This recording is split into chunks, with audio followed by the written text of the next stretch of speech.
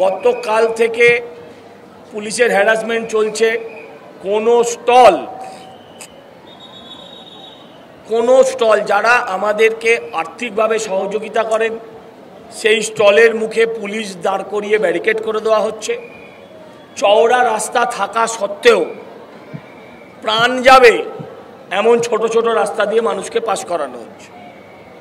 আমি গতকালও আমি সোশ্যাল মাধ্যমে বলেছিলাম পরিকল্পনা তারা চূড়ান্ত করে ফেলেছে।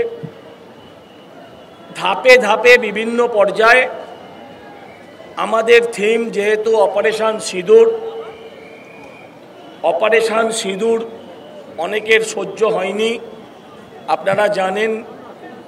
তারপর অমিত শাহজি এসে কালকে প্রদীপ প্রজ্বলন করেছেন, সেই প্রদীপের অগ্নিশিখায় অনেকের গাত্রদাহ হয়েছে। ফলে কাল থেকে আমরা অসহযোগিতা নয়, একটা চক্রান্তের গন্ধ পাচ্ছি।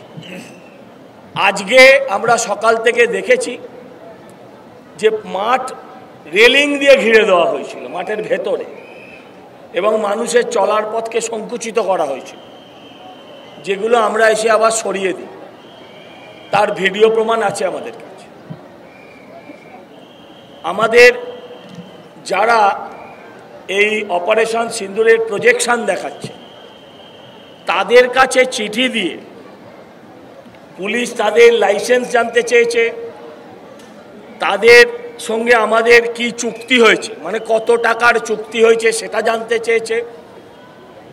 পুলিশ তাদের জিএসটি ডিটেলস চেয়েছে। আমি জানি না এগুলো পুলিশের এখতিয়ারে আছে কিনা। আর আমরা সমস্ত কাগজ জমা দিয়েছিলাম বলেই পুলিশ আমাদের ফাইনাল পারমিশন দিয়েছে।